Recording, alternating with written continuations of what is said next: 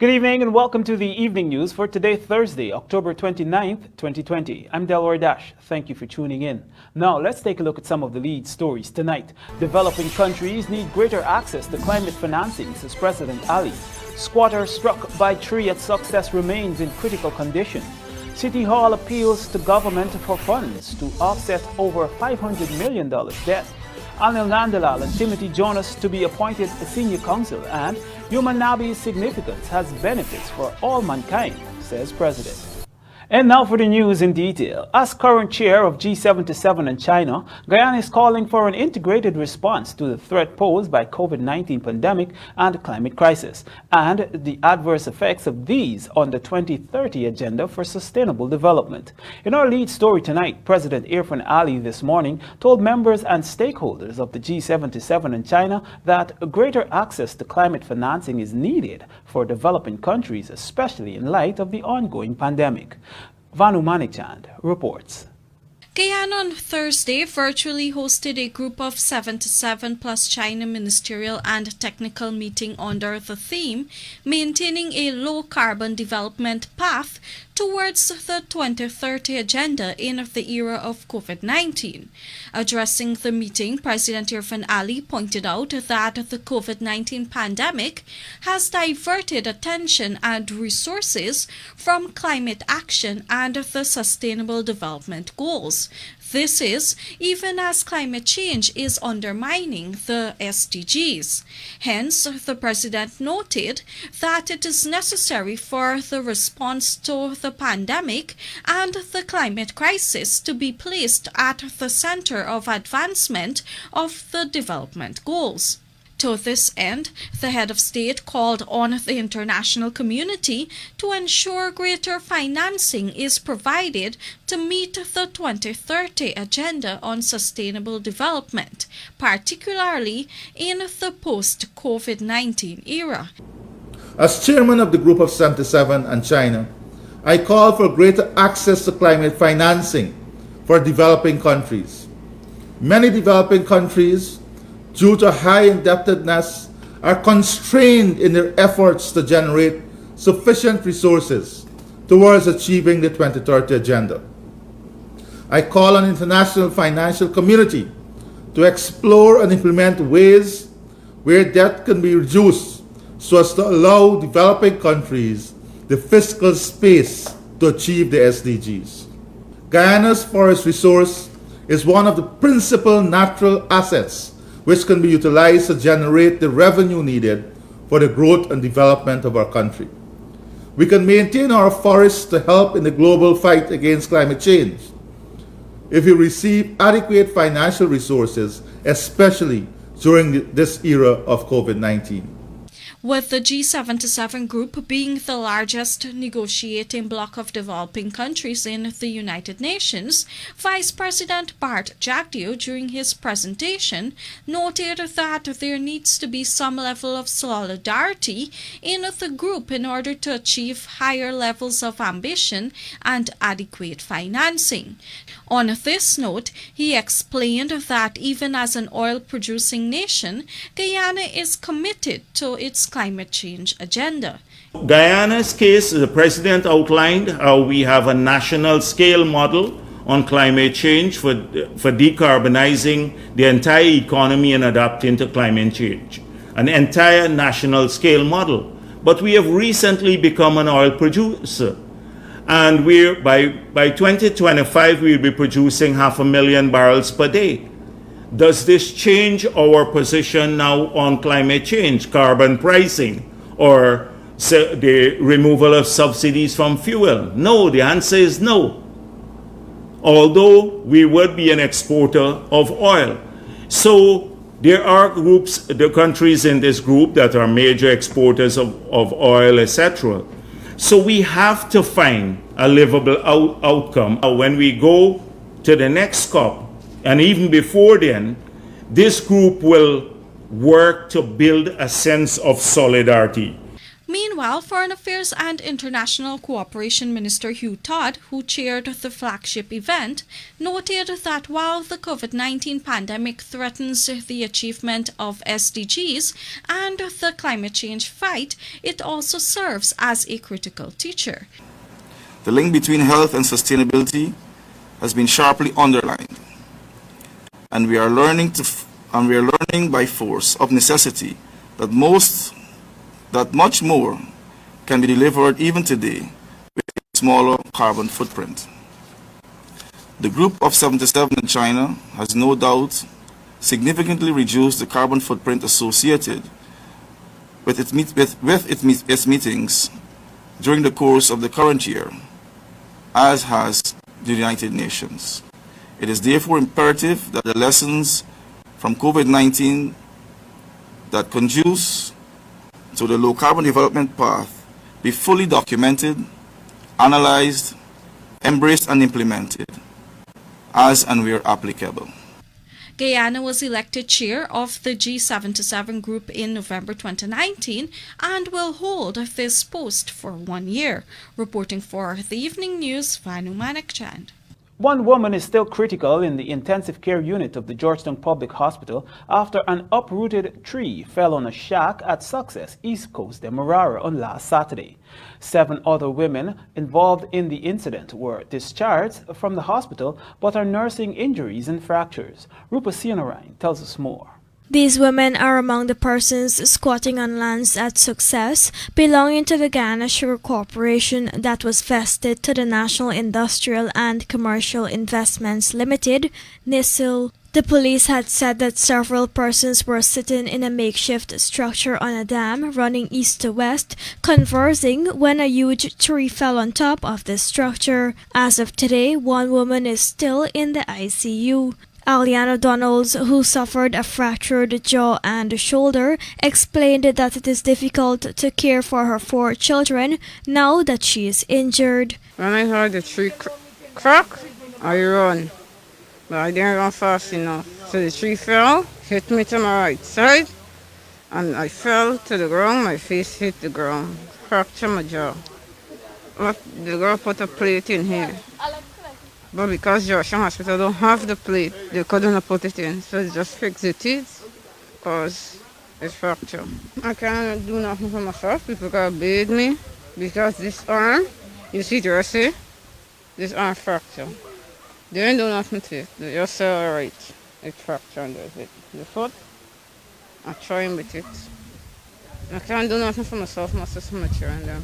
This newscast also spoke to another woman who suffered a damaged ligament and other smaller injuries. According to her, the entire incident occurred in a fraction of a second. We went and sitting down on there, and when by the time we hear crack, by the time we take us for a run, that was the end of it.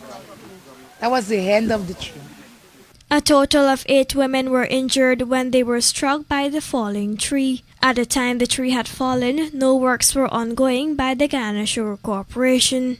The Georgetown Mayor and City Council is reporting a 78% drop in revenue earnings as a result of the coronavirus pandemic. The M&CC currently owes $400 million to the National Insurance Scheme, another $100 million to garbage collectors, and $20 million in retroactive salaries to the City Constabulary. Here are the details. Our revenue drop here about 78%. We're actually struggling to pay staff. Our salary and wages scale is 120 million a month, closer to that. Right? We owe NIS over 400 million. That is since in 1993. I was 3 years old. I am dealing with that issue now. Georgetown Mayor Yubraj Narayan speaking with reporters during a press conference on Wednesday. The mayor said that the COVID-19 pandemic has worsened City Hall's financial problems. COVID-19 has carried impact on this council, tremendous impact. There are some things we cannot do. The plan that we had for this year as mayor and councillors, we couldn't execute it because the money is not there. The money now, the little bit money you actually have is to pay your staff and to do other works which is necessary. Constabulary, we actually owe retroactive over 20 something million. I promise that I will see and try my best to pay them before the 31st of December 2020. I'm working on that presently. The garbage collectors, the contract was up on the 5th of October 2020. I had to start right in these chambers and negotiate again with them, extended for 3 months till up to December. I wrote the Minister Nigel Darmlal, when the budget had passed. Said, look, the budget passed. Can I have my rates and taxes? Government can pay up the rates and taxes. Going to help me. I owe the contractors over 100 million right now. Last week, Minister of Local Government and Regional Development Nigel Darmlal announced that central government will allocate $2 million to each municipality to ensure that town council staff who have not been paid for months receive wages and salaries. In doing so, the minister said he is cognizant of the fact that municipalities have been unable to generate revenue due to the pandemic. However, Mayor Narain says the $2 million is barely enough given the magnitude of the financial woes of the MNCC. You see, if I get those money, it will offset me on expenses that I have. Reporting for the Evening News, Davina Samaru. The financial position of the Guyana Power and Light, which has long been weakened by debt, is also under pressure due to the COVID-19 pandemic. According to the company's Deputy Chief Executive Officer, Samaru Ramtahal, the entity is currently fighting to stave off a $1 billion deficit. Jarrell Bryan tells us more. During an interview with this newscast, GPL Deputy CEO Samaru Ramtahal was asked about the entity's financial position. He admitted that GPL's cash flow is reduced, which, coupled with the debts owed by large companies and even government agencies, has not helped the situation. As far as our cash flow position, we are, as I'm speaking now, we are in a very weak position. We're tending towards a very huge deficit. If we don't manage carefully, I would say by December, we could be in a deficit of $1 billion. Which is well over what our current overdraft, our bank's overdraft facilities would allow us to accommodate. So I believe our bank overdraft would accommodate us about 50–60% of that $1 billion. We do have some aggressive plans on our collection and our commercial activity as a whole, which include collections. And we do have some of the government agencies, the ministries, GAIWA, and we have some private customers as well, large industrial, commercial customers with fairly large balances. So over the next little bit from now to Christmas, we have to tackle that too. Otherwise, we'll be in red, we'll be in deficit, we'll be bankrupt.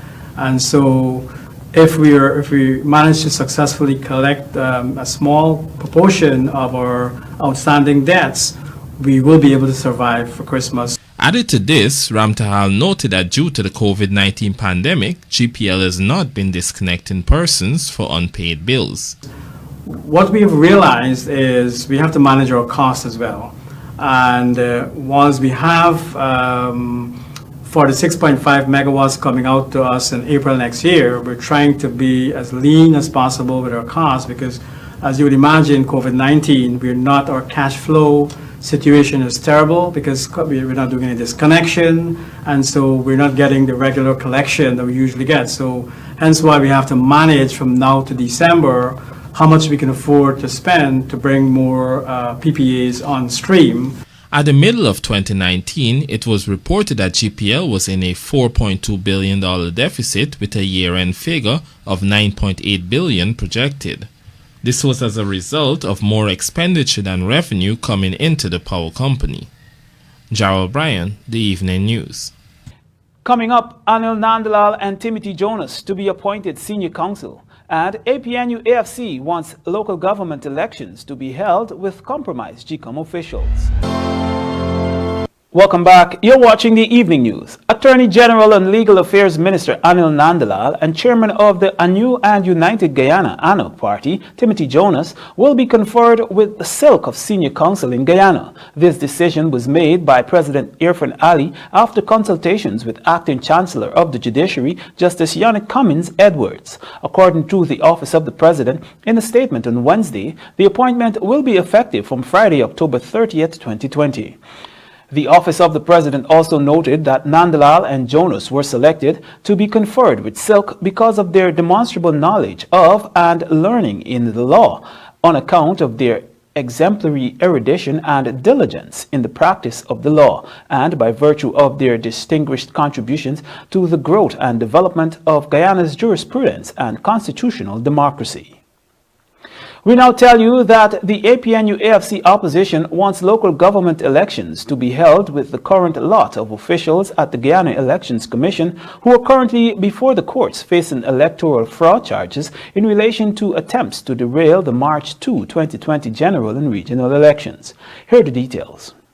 While local government elections are due next year, President Irfan Ali on Monday cited the need for confidence to be restored in GCOM before proceeding with any other elections, especially in light of the event that unfolded in the 5 months after the March polls, which saw Guyana being embroiled in a political and electoral crisis. However, the coalition opposition is adamant that local government polls must be held every 2 years. LG were last held in Guyana in 2018 and are due again in 2021. In a statement on Wednesday, the APNU-AFC said, I quote, "We call on the PPP regime to hold the local government elections in 2021 and to make the necessary preparations and budgetary allocations for the holding of same," end of quote.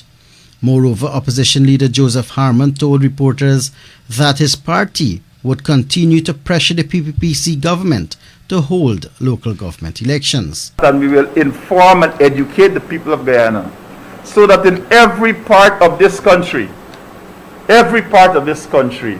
there will be pressure brought to bear on the government to have local government elections. The coalition's comments came on the heels of President Ali saying earlier in this week the system needs to be fixed so that there is professionalism and unbiased operation in the electoral process in order to ensure trust and confidence is restored. I've received letters from many stakeholders in our country, and they all told me in those letters, in those conversations, that they do not want to go back through a process that they went through in those 5 months. That is the general consensus in this population, and that is the uttermost importance in the minds of our people, and that is what we have to address. And the GCOM itself, the commission itself, that is an independent commission, and they have to address this also. The COI and so on would help to highlight issues, to highlight weaknesses, challenges, opportunities, threats, and in ensuring that the system is fixed the way it should be. Guyana held general and regional elections on March 2, 2020, but Guyanese were forced to wait another 5 months before the results could finally be declared by GCOM until August 2nd, 2020. After local and international pressure. In the aftermath of the controversial 5-month-long elections, a number of high-ranking GCOM officials have been investigated by the police and charged for misconduct in public office and forgery. Bisham Mohammed at the Evening News. As Guyana observes Yom Nabi today, President Dr. Irfan Ali has underscored the holiday as a time of guidance to all humanity and invaluable to the realization of universal peace and togetherness, thereby enabling forgiveness opportunities. Shamar Allen has this story.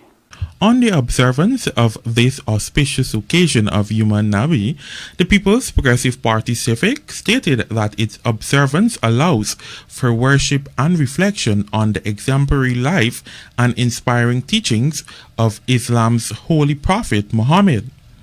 The message was delivered by President Dr. Irfan Ali. We have to take the lessons, the teachings, and the lifestyle of the prophet into context. More than ever before today, we need good examples. We need teachings that can bring us together as a people. We need teachings that can bring us together as families, as communities. And the life and the teachings of the Holy Prophet does just this. Act of kindness, charity, ensuring that our society coexists on an equal basis, where there is no discrimination, where people respect each other, where people are tolerant of each other. These are all part of the teachings and lessons of Prophet Muhammad. Cognizant of the teachings of the Holy Prophet, the President said that it is believed that the occasion of Human Nabi allows for the renewal of mindsets to follow the path of virtue and peace as epitomized in the religion of Islam.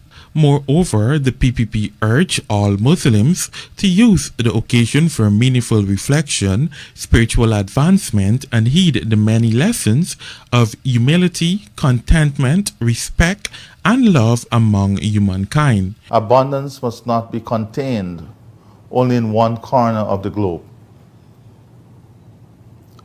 The abundance must be shared. All our people must have access. We have a great task of removing hunger, and the teachings, the work, the lifestyle of the Holy Prophet gives us examples as to how we can do this as humanity.